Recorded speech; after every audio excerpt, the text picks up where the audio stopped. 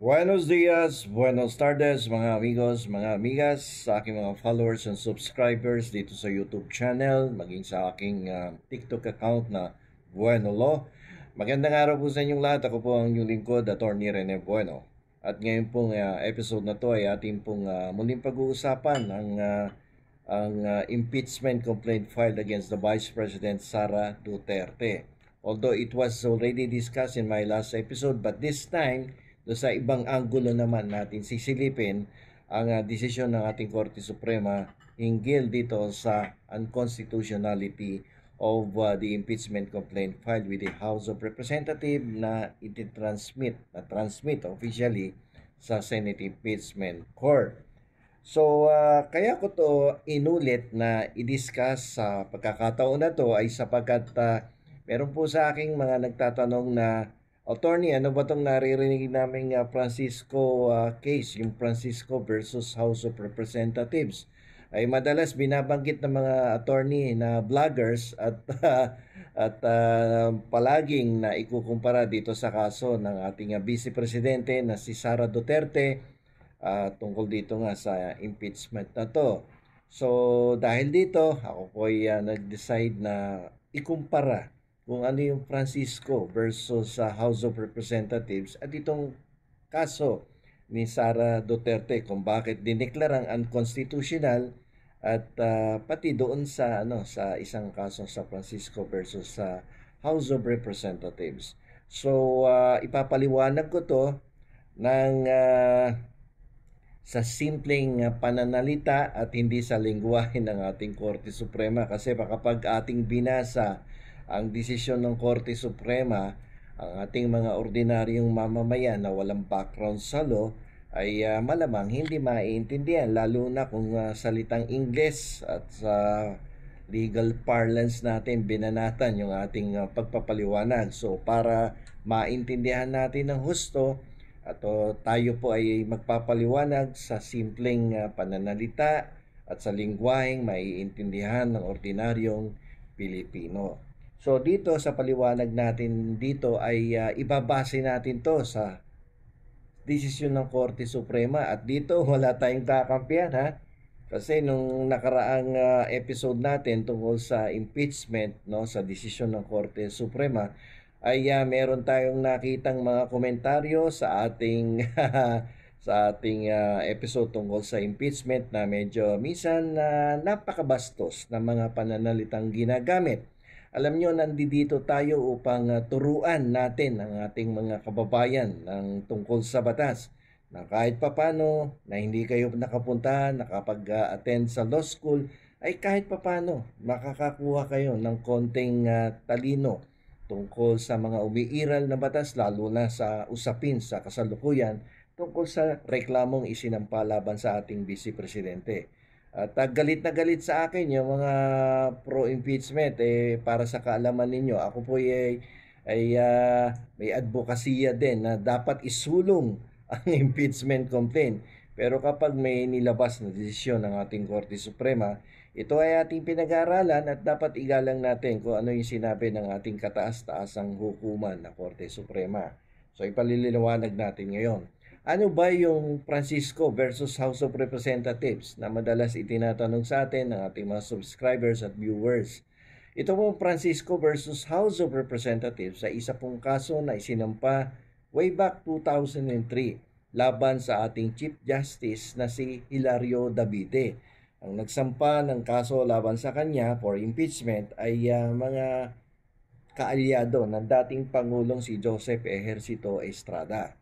At nung ito po ay naisampa sa ating House of Representatives, ito po ay kinalendaryo, it was put in order of the business, nailagay sa order of the business ng ating House of Representatives within 10 session days from the time it was filed with the House of Representatives. Kasi yan po ang pinag-uutos ng ating salagang batas na kapag merong isang verified complaint na naisampa sa House of Representatives, the House is duty bound to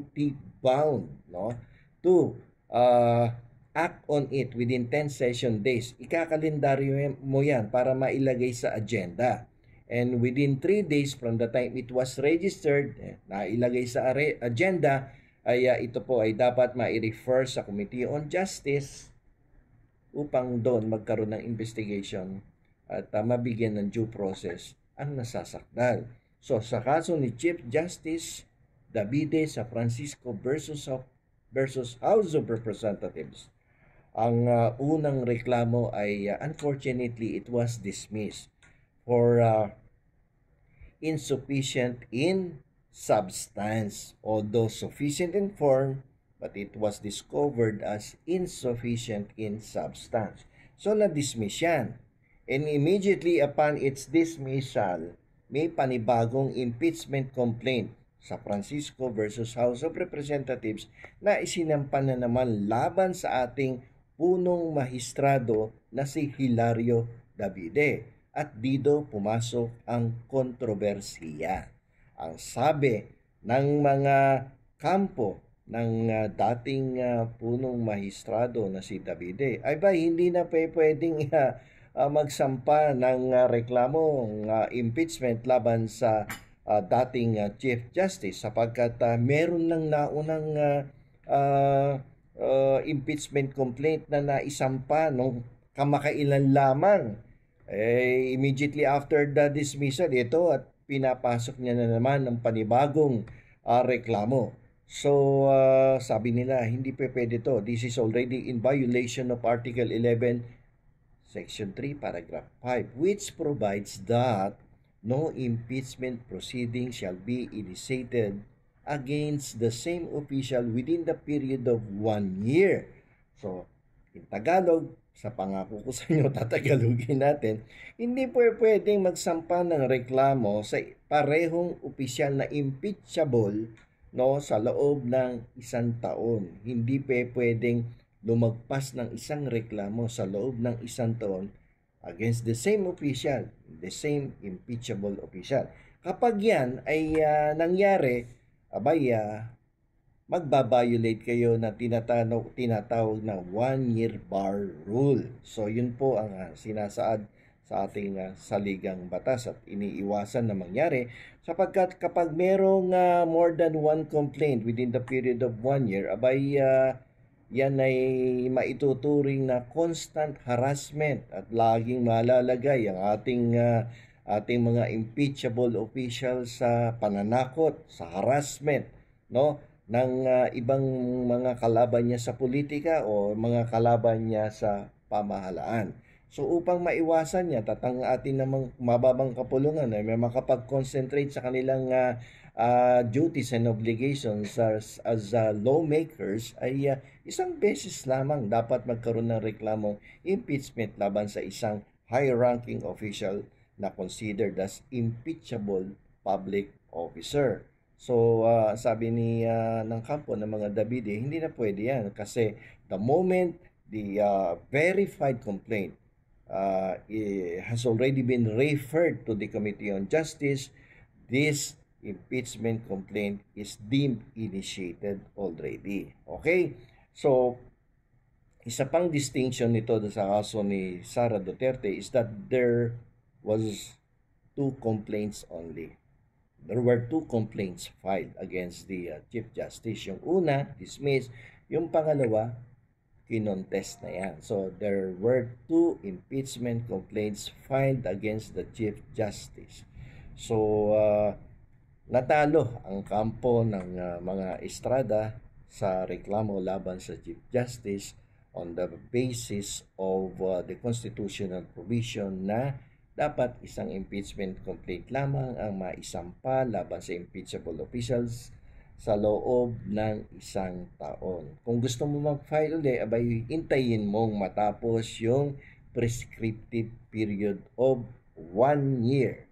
Okay, so ang issue ay pareho kung saan ba nag-i-start na deemed initiated ang impeachment complaint. So, doon din sa kaso ni Chief Justice Davide, kung maaalala ko, sinabi din doon ng House of Representatives na ang kaso ng impeachment complaint ay deemed initiated only when it has already been officially transmitted to the Senate Impeachment Court. Sabi ng Supreme Court, mali. It is deemed initiated once it is referred to the Committee on Justice. So, settled rule yun sa Francisco versus House of Representatives.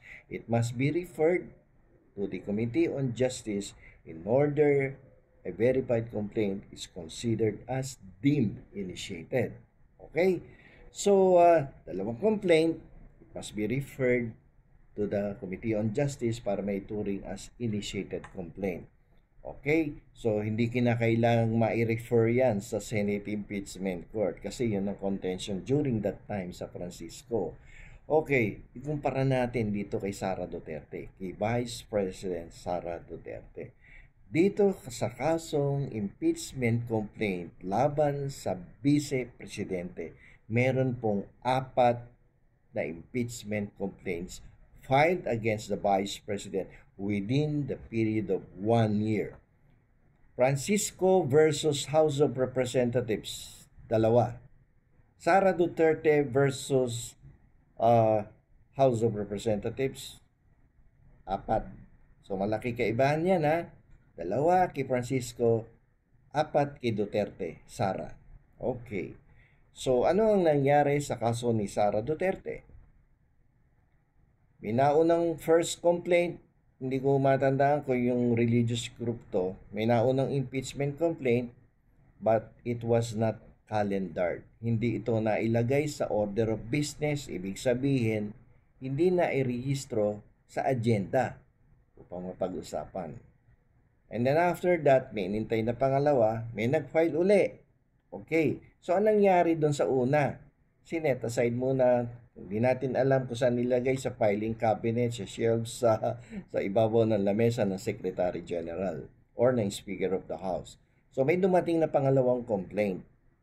Ganun din na nangyari. It was not acted upon by the House of Representatives. Pangatlong complaint. Again, it was not acted upon by the House of Representatives. Okay? So, 3 na yon. 3 Dumating yung pang-4. It was immediately acted upon by the House of Representatives and it was calendared. It was included in the agenda within 10 session days and it was referred to the Committee on it was not referred to the Committee on Justice. Ang ginawa dito is the exemption to the referral to the Committee on Justice kasi kapag nakalikom ng tamang pirma ng House of Representatives, ay wala nang referral sa Committee on Justice and they can directly file it with the Senate Impeachment Court. So, ang inaksyonan lamang dito ay yung pang-4 na impeachment complaint. So ano ang naging problema dito? Bago tayo pumunta doon sa desisyon ng Korte Suprema, tingnan muna natin ang probisyon ng ating saligang batas. Ito, pinag-aaralan to sa first year law.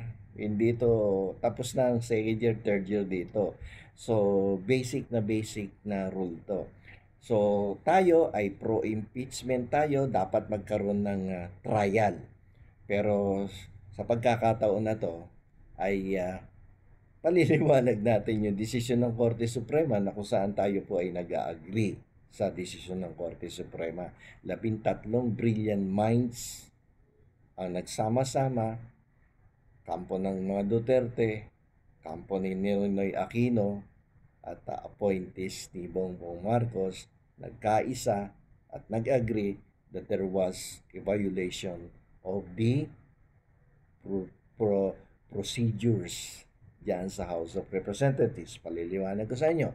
Sapagkat ang sinasabi ng ating batas, saligang batas, sa ilalim ng Article 11, na kapag may isang verified complaint for impeachment ang naisampa sa House of Representatives, ano ang kinakailangang gawin ng House? The House must act on it. It must be calendared, mailagay sa agenda, at kapag yan ay naisulat, nilagay sa agenda, it must be referred to the Committee on Justice within 3 session days. Yung una, within 10 session days, actionan mo yan. And then pag na-actionan mo na, ilagay sa agenda, within 3 session days, i-refer mo sa Committee on Justice. And then after it has been referred to the Committee on Justice, the committee shall investigate and give the accused the benefit of due process of law. And within the period of 60 days, the committee shall submit a report to the plenary together with its resolution, whether ina-affirm niya yan or hindi. Okay? So, ang numero dito, para masabing ikaw ay sumunod sa procedures na itinatakda ng ating saligang batas ay unang-una, upon filing of the verified complaint, 10. What is 10? Within 10 session days, dapat i-calendar mo yan. Susunod na number, 3. Within 3 session days, pag na-i-calendar mo, you need to refer it to the Committee on Justice. Number 3, 60 days. Within 60 days, from the time it was referred to the Committee on Justice, that committee shall submit a report within 60 days, to the plenary together with its resolution. Ayan. So, pag sinunod mo yan, pwede mo na yan. Kung kakasuhan ninyo talaga, pwede nyo nang i-transmit officially sa Senate Impeachment Court. Ang tanong ng Supreme Court dito, nasunod ba yan? Yung 10-3-60, nasunod ba yan? Ano ba ang nangyari dyan sa loob ng House of Representatives? Kasi dito sa desisyon ng Supreme Court, pag binasa mo to, there was a reminder by the Supreme Court to the House of Representatives, na dapat sinunod ninyo yung Article 11 when it comes to the procedures on how to process the impeachment complaint. 10-360. Meron ba yan doon sa naunang tatlong complaint? Wala. Ano ang ginawa ng House of Representatives? In-archive, nilagay sa desk, nilagay sa filing cabinet. Hindi natin malaman kung ano nangyari doon sa tatlong impeachment complaints na nauna. Pero nung dumating yung pang-apat, biglaan nangalap ng boto na required number of signatures from among the members of the House of Representatives at inendorso direct filing sa Senate Impeachment Court. Tama ba ang ginawa ng House of Representatives, sabi ng Korte Suprema? Hindi. Bakit? Kasi yung naunang tatlo, dapat simunod kayo dun sa sa procedure. Ito hindi masyadong nababanggit ng mga vloggers. Kasi yung iba, hindi pa siguro nababasa. Pero ito, tiningnan ko to. Ni-remind sila, paulit-ulit to sa desisyon. Dapat 10-3-60, sinunod nyo yung Article 11. Hindi nyo sinunod. Ang sinunod nyo, yung within 10 session days, kinalendar nyo, yung pang-apat na complaint. Walang question doon. Doon, sumunod kayo. Within 10 session days, upon finding of the verified complaint of the 4th impeachment complaint, doon kayo sumunod. But what about the first 3? Hindi nyo sinunod. Yun ang nauna . Kumbaga dito sa pila ng bigas, bumibili ka ng bigas, nakauna ka ng unang tatlo, nakapila, tapos ang pinansin mo yung pang-apat. Ano gagawin mo doon sa unang tatlo? That would be unfair. That would be unreasonable. Bakit? Pumila na maaga yung tatlo, pagkatapos inasikaso mo yung pang-apat. Ang sabi ng Supreme Court dito, the House of Representatives has no discretion as to when they will calendar the verified complaint. They do not have the discretion because the function of the House of Representatives, according to the Supreme Court, is ministerial. Wala kang discretion as to when you will endorse it to the Committee on Justice. And the Committee on Justice will now determine once it is endorsed to them to determine if the complaint is sufficient in form and in substance. Kompleto ba sa forma? Kompleto ba sa sustansya? Yun ang ibig sabihin, ang complaint. Ngayon, kapag hindi kumpleto sa form, hindi kumpleto sa forma, hindi kumpleto sa sustansya, then it is the job of the Committee on Justice whether to dismiss it or mag-prosper yan kung nag-comply sa form and substance. Pero ang nangyari dito, hindi na i-refer sa Committee on Justice ang tatlong naunang complaints. So ano sabi ng Supreme Court? Uulitin ko, ay, you do not have any discretion as to when you will refer it. Hindi mo pwedeng i-manipulate. Yun ang word na ginamit. Hindi mo pwedeng i-manipulate yan. At hindi ka pwedeng mag-exercise ng discretion pagdating sa procedure na 10360. Pinapadali ko yung paliwanag dito pero that is the substance of the decision of the Supreme Court. So, hindi mo pwedeng i-manipulate. Hindi kaya masusunod dyan. Because your function with respect to this angle of the procedure is ministerial in character. So, ibig sabihin ng ministerial, pag nakita mo, verified complaint, sumunod sa proseso, sumunod sa mga requirements of filing the impeachment complaint, you do not have the option. You do not have the discretion because yours is only ministerial in character. Endorse mo yan. Calendar mo within 10 session days. Refer mo within 3 session days.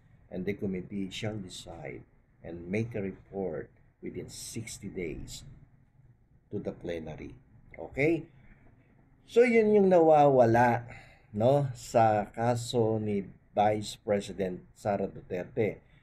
Unlike in the case of Chief Justice Hilario De Vite, na kung saan ay immediately after the dismissal of the first impeachment complaint ay nag-file ng second impeachment complaint at yun nga ay nakalendar din naman yun. Sinunod nila yun. Na-refer din sa Committee on Justice pero nagkaroon na ng kontrobersya. Nagkontrahan na. Okay? So, yun. So, kaya na-declare as unconstitutional. Bakit? Kasi hindi mo sinunod yung strict rule of the Constitution as to how the impeachment, how the verified complaint for impeachment of an impeachable official must be processed. It should be managed in that way. Ganun yun. So, may nakatakdang procedure sa ilalim ng ating saligang batas kung paano mo i-manage ang isang verified complaint kapag ito ay isinampa sa House of Representatives na unfortunately in the case of Vice President Sara Duterte, hindi nasunod ng House of Representatives at merong pinaboran na reklamo. Ano yun? Yung pang-apat. Okay? So, nung una, hindi natin masyadong naintindihan kasi hindi naman natin kung na-calendar yung tatlo o hindi, di ba? Sila, alam nila yun. Diyan sa House of Representatives, kinalendar nyo ba? Ilagay nyo ba sa agenda? So tayo, walang kamalay-malay at hindi nila tayo masisisi ngayon kung bakit nung umpisa, iba yung ating legal contention, iba yung ating legal position. So, pero ngayon, nung nabasa natin ang desisyon ng Korte Suprema, ay masasabi natin, oo nga pala, hindi sumunod. May legal basis Article 11, Section 3. Paragraph 5. Ando dun ang basihan na legal ng ating Korte Suprema.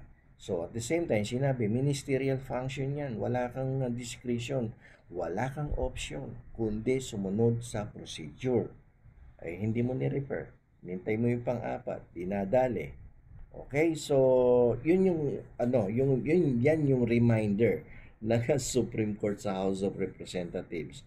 No? At yun ang kaibahan, 2 ang impeachment complaint, dito 4. Yun dun sa nauna, na-refer sa Committee on Justice pero it was declared as unconstitutional din. Dito sa Sara Duterte, 4 ang complaints at na-declare unconstitutional yung na-refer na-file na impeachment complaint sa Senate Impeachment Court. So yung angulo lang na yan muna ang pag-usapan natin sapagkat pag hinaluan natin ang ibang anggulo doon sa Supreme Court decision, baka malito tayo. And ito ay dinideliver ko yung kung ano yung sinabi ng Korte Suprema na very simple language at easy to understand na explanation. Kasi kung ihahatag ko dito sa aking vlog ngayon yung decision of the Supreme Court at ipakikita ko sa inyo mismo yung papel at tapos babasahin ko lang ng babasahin sa inyo kasi English pa yan tapos napaka-technical yung mga legal parlance na ginagamit ng ating Korte Suprema, hindi tayo magkakaintindihan. So I explain it in a way na maiintindihan kahit yung standby sa kanto. Okay, so sana naliwanagan kayo na at the same time walang departure dito do sa kaso, departure of the doctrines, departure of the principle na sinabi doon sa Francisco versus House of Representatives. Pareho pa rin naman din, walang pinapalitan, kundi nagdagdag lang ng mga requirements at upang maiwasan ang mga pangyayari na kung saan nagkakaroon ng abuse of discretion ng one branch of our government pagdating sa pag-i-implement ng mga regulasyon na nakasaad sa ating saligang batas. So sabi ng Korte Suprema, medyo higpitan natin ang pag-process ng impeachment complaint dyan sa House of Representatives. Hindi pwedeng manipulahin, hindi pwedeng masunod ang wisyon ninyo dahil ang inyong duty is ministerial lang in character and it is not a discretionary function.